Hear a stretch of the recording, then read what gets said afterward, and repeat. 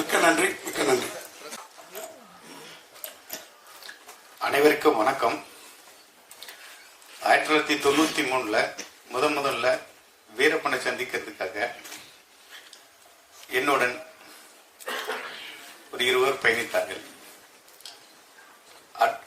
அப்பொழுது புகைப்படம் வீரப்பன் பேசிய அந்த காலகட்டத்திலிருந்து ஆடியோ கேசட் பதிவு செஞ்சு கொண்டாந்து முதல்ல நக்கீரனுக்கு கொடுத்து அது வெளியே வந்தது. அது எல்லாத்துக்கும் தெரிய விஷயம். அதுக்கு பின்பு புகைப்படங்கள் மட்டும் தான் எடுத்துட்டு இருந்தோம். வீடியோ மாதிரி வரணும் அப்படிங்கிற வீரப்பனுடைய இதுவும் எங்களுடைய ஒத்துழைப்புல சென்று 1996 வீடியோவை பதிவு பண்ணோம்.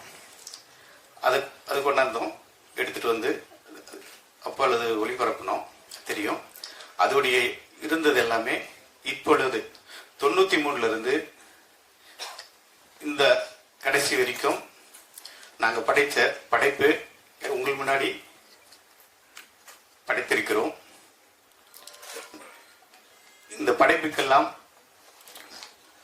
எங்களுடைய ஆசிரியர் உடைய துணையுடன் செய்திருக்கிறோம்.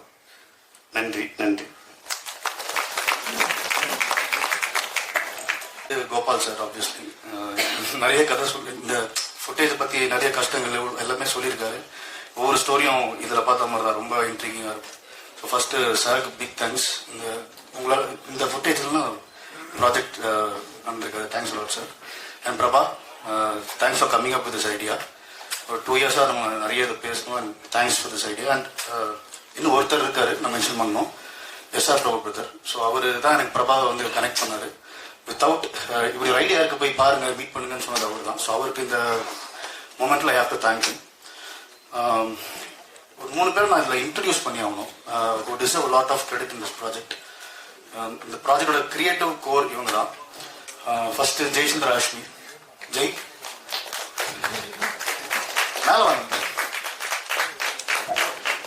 ஜெய் இவர் தான் ஃபர்ஸ்ட் ப்ராஜெக்ட் பற்றி எங்களோட பேசினது. ஃபுல் எக்ஸ்பிளனேஷனோட இவர் தான் ஃபர்ஸ்ட் மீட் பண்ணாரு. And writer, is been radio jockey, label எழுதியிருக்காரு. இப்போ நெக்ஸ்ட் நம்ம ப்ராஜெக்ட் கிரியேட்டிவா is been the creative. Second Vasanth, research head of the project. எல்லா கிரவுண்ட் ரிசர்ச் இவர் தான் பண்ணாரு. Is big star. ஒவ்வொரு லீடும் எங்களுக்கு சர்ச் பண்ணி ஒவ்வொரு இந்த மாதிரி ஒருத்தர் இருக்காங்க, இப்படி ஒரு ஸ்டோரி இருக்குன்னு எல்லாமே ஹண்ட் பண்ணது இவர் தான். And is also one of the writers. Third director Sarath.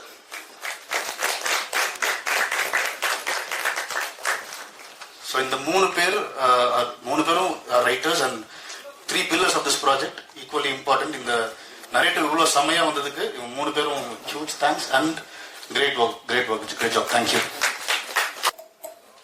இங்கே வந்திருக்க எல்லாருக்குமே முதல்ல என்னோட வணக்கம். மேடையில் இருக்க பெரியவங்க எல்லாருக்கும் என்னோட வணக்கம்.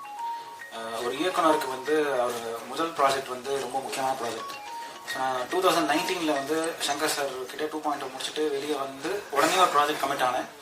அதுவும் ஒரு வெப் சீரிஸ், ரொம்ப சேலஞ்சிங்கான வெப் சீரிஸ். ஒரு 2.5 வருஷம் கிட்டத்தட்ட அதுக்கான ப்ரீ ப்ரொடக்ஷனில் கதை எழுதி ஷூட்டிங்கு போகிற தருணத்தில் அந்த ப்ராஜெக்ட் இனிமேல் நம்ம பண்ண போகிறதில்ல அப்படிங்கிற ஒரு பாயிண்டில் வந்து என் வாழ்க்கை நிற்குது. கரெக்டாக கோவிட் லாக்டவுன், மாறி லாக்டவுன், அடுத்து என்ன பண்ண போகிறோன்னு தெரியல. அந்த மாதிரி ஒரு தருணத்தில் நண்பர் பிரசாந்த் கிட்டேருந்து ஒரு கால் வருது. இந்த மாதிரி நாங்கள் ஜீயில் வந்து ஒரு சீரீஸ் பண்ணுறோம், நீங்கள் இன்ட்ரெஸ்ட் இருந்தால் வந்து எங்கள் டீமை மீட் பண்ணுறீங்களா, நாங்கள் டேரக்டர் பார்த்துட்ருக்கோம் அப்படின்னு சொன்னாங்க. நான் ஃபஸ்ட்டு தயங்கினேன். ஏன்னா எனக்கு ஒரு பிரேக் தேவைப்பட்டது. ஏன்னா இதுக்கு முன்னாடி ஒர்க் பண்ண ப்ராஜெக்ட்டுக்கு போட்ட உழைப்பு வந்து ரொம்ப அலாதியான உழைப்பு. ஒரு கொஞ்ச நாள் சரி நம்ம எதுவும் பண்ண வேண்டாம், அமைதியாக இருக்கலாம், சரி நம்ம போய் என்னன்னு கேட்டுருவோம் அப்படின்னு தான் ஃபஸ்ட்டு நான் ஜி ஆஃபீஸ்க்கு போகிறேன். அங்கே எனக்கு வந்து ஷாம் அறிமுகமாறாரு. ஸோ ஷாம் வந்து இந்த ப்ராஜெக்ட் வந்து எனக்கு இன்ட்ரடியூஸ் பண்ணார். எனக்கு ரொம்ப எக்ஸைட்டிங்காக இருந்தது இந்த ப்ராஜெக்ட் ஃபஸ்ட்டு கேட்கும் போது. ஏன்னா கதை சொல்கிறதுக்கு நிறைய ஃபார்மேட் இருக்குது, நிறைய மீடியம் இருக்குது. நான் வந்து ஷார்ட் ஃபிலிம்ஸ் எடுத்து சினிமா பழகின ஒரு ஆள். ஸோ எனக்கு வந்து short film, web series, cinema இதெல்லாம் எந்த டிஃப்ரென்ஸுமே கிடையாது. கதை சொல்ல போகிறோம், அதுவும் இது மக்களோட கதையை சொல்ல போகிறோம் அப்படிங்கிறது வந்து எனக்கு ரொம்ப ஒரு பெரிய உற்சாகத்தை கொடுத்துச்சு. ஏன்னா இது வீரப்பனோட கதை மட்டும் இல்லை அப்படிங்கிறது எனக்கு தெரியும். ஏன்னா முதல்ல எனக்கு வீரப்பன் பழக்கப்படுறது வந்து நக்கீரன் மேகசின்ல தான். எங்கள் வீட்டில் நான் சின்ன வயசில் இருக்கும் போதுலேருந்து நக்கீரன் மேகசின் வந்து எப்போவுமே எங்கள் வீட்டு ஹாலில் டெஸ்கில் இருக்கும். எங்கள் தாத்தாலேருந்து எங்கள் மாமாலேருந்து அப்பாலேருந்து எல்லாருமே நக்கீரன் மேகசின் படித்து வளர்ந்துருக்காங்க. நானுமே அதில் இருந்து அப்போ படிக்க மாட்டேன், படம் மட்டும் பார்த்துப்பேன்.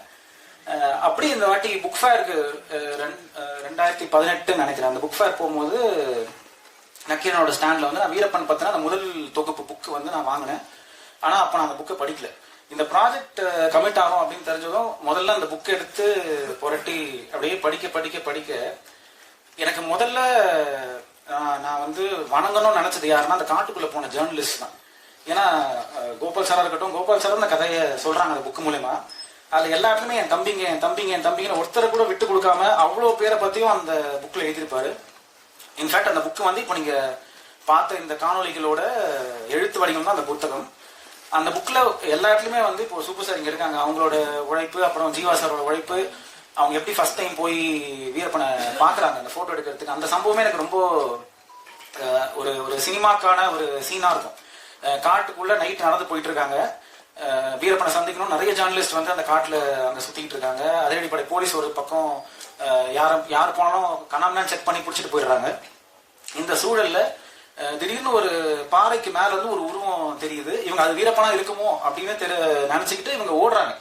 ஓடும் போது வீரப்பன் ஆட்கள் வந்து துப்பாக்கியோட இவங்களை சுட முற்படும் போது நாங்க நக்கீரன்ல இருந்து கத்திக்கிட்டே போறாங்க. ஒரு கட்டத்து மேல படுத்துறாங்கன்னு நினைக்கிறேன் கீழே. அதுக்கப்புறம் அவங்க வந்து அவங்களை கூட்டிட்டு போய் இப்படிதான் அந்த முதல் பயணம் ஆரம்பிக்குது. எனக்கு அந்த காட்சி வந்து இன்னும் அந்த புக்ல படிக்கும் போதே என் கண்ணில் அந்த காட்சி நின்றுச்சு. நான் அதை படம் பிடிக்கணும்னு நினைச்சேன். ஆனா அந்த இன்சிடென்ட் எங்களால படம் பிடிக்க முடியல இங்க. ஸோ இந்த கதை தான் எங்களை டைரக்ட் பண்ணுச்சுன்னு சொல்லலாம். இதை நான் டைரக்ட் பண்றதுல ஒண்ணுமே இல்லை. இந்த கதை எங்க எல்லாரையுமே இயக்குச்சு.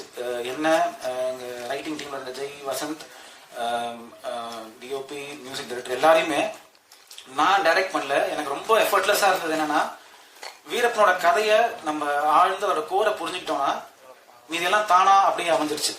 நான் யாருக்குமே எந்த இன்ஸ்ட்ரக்ஷனுமே வந்து இது இப்படி வேணும் அப்படி வேணுமே சொல்ல, எல்லாருக்குமே இதுதாங்க நடந்தது, இது இப்படி எடுத்தாலே போதும், இதுக்கு மேல நம்ம சினிமாத்தனமா எதுவும் செஞ்சிட வேணாம் அப்படிங்கறதுல நானும் என் டீமும் வந்து ரொம்ப ஸ்ட்ராங்கா இருந்தோம். முதல்ல எழுத்தா நாங்க ஆரம்பிக்கும் போது இன்னொரு செய்தி சொல்லணும்னா, எனக்கு ஷாம் பிரசாந்த் தெரிகிறதுக்கு முன்னாடி இருந்து நண்பர் ஜெயச்சந்திராஷ்மி வந்து எனக்கு ஃபேஸ்புக் மூலமா பழக்கம். அடிக்கடி சினிமா பற்றின டிஸ்கஷன்ஸ் இருக்கும், அரசியல் பற்றின டிஸ்கஷன்ஸ் இருக்கும், அது பேசிட்டு இருக்கோம். இந்த ப்ராஜெக்ட் வந்த பிறகு அவர் தான் அங்கே கிரியேட்டிவ் ஹெட்டா இருக்காரு அங்கே தெரிஞ்ச பிறகு அது ஒரு அடிஷ்னல் வேல்யூவா இருந்தது, எனக்கு பெரிய சப்போர்ட் சிஸ்டமா இருந்தது. ஸோ நாங்கள் அங்கே போயிட்டு ஃபர்ஸ்ட் இந்த கதைக்கான இது எப்படி பண்ணலாம், ஏன்னா அவங்க என்கிட்ட கேட்டாங்க நீங்க எப்படி அப்ரோச் பண்ணலான்னு இருக்கீங்க அப்படின்னு கேட்கும்போது, இது எந்த வகையில சினிமாத்தனம் படித்தர வேண்டாம் அப்படிங்கறதுல வந்து நானும் தெளிவா இருந்தேன், ப்ரொடியூசரும் தெளிவா இருந்தாங்க, ஜெய் அண்ட் வசந்த் எல்லாருமே வந்து இதை எவ்வளோக்கு எவ்வளோ ரூட்டடா சொல்ல முடியுமோ இந்த கதையை. ஏன்னா மக்களோட கதை, இது வீரப்பனோட கதை, இது எந்த வகையிலுமே வந்து ஒரு ஹாலிவுட் சினிமா மாதிரிலாம் எடுக்கக்கூடாது. ஏன்னா நிறைய பேர் அப்படி எடுக்க முயற்சி பண்றாங்க. இல்ல அதுல என்ன ஆயிடுதுன்னா, நம்ம கதை நம்மளை விட்டு வேலைக்கு ரொம்ப தூரம் போயிடுது. ஸோ எவ்வளோக்கு எவ்வளோ மக்கள் பக்கத்துல அந்த அந்த காட்டுக்கு உள்ள இருந்து இந்த கதையை சொல்ல முடியும், வீரப்பன் பக்கத்துல இருந்து எவ்வளோக்கு எவ்வளோ இந்த கதையை சொல்ல முடியுமோ அதுதான் அந்த கதையோட வெற்றியா நாங்க பார்த்தோம். அப்பதான் கதையை கேட்கிற நீங்க எல்லாருமே அந்த கதைக்குள்ள வர முடியும்.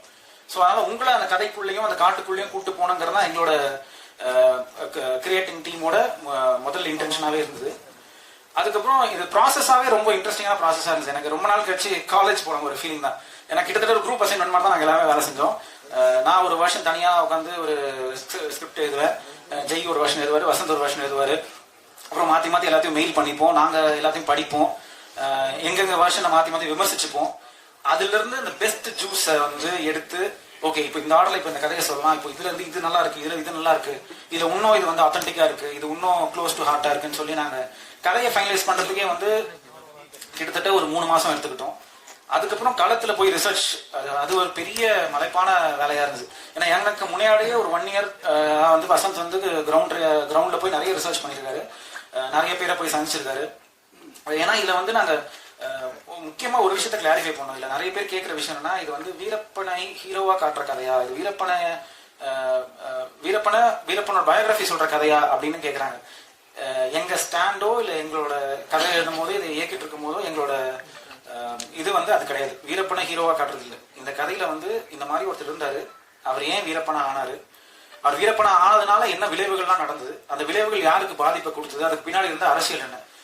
ஏன்னா இப்போ நீங்க சமகால அரசியல்ல பாத்தீங்கன்னா உலகத்துல நிறைய இடத்துல போர் நடந்துட்டு இருக்கு, நம்ம ஊர்லயே நார்த் ஈஸ்ட்ல என்ன நடக்குது நிறைய பேருக்கு நமக்கு தெரியாது.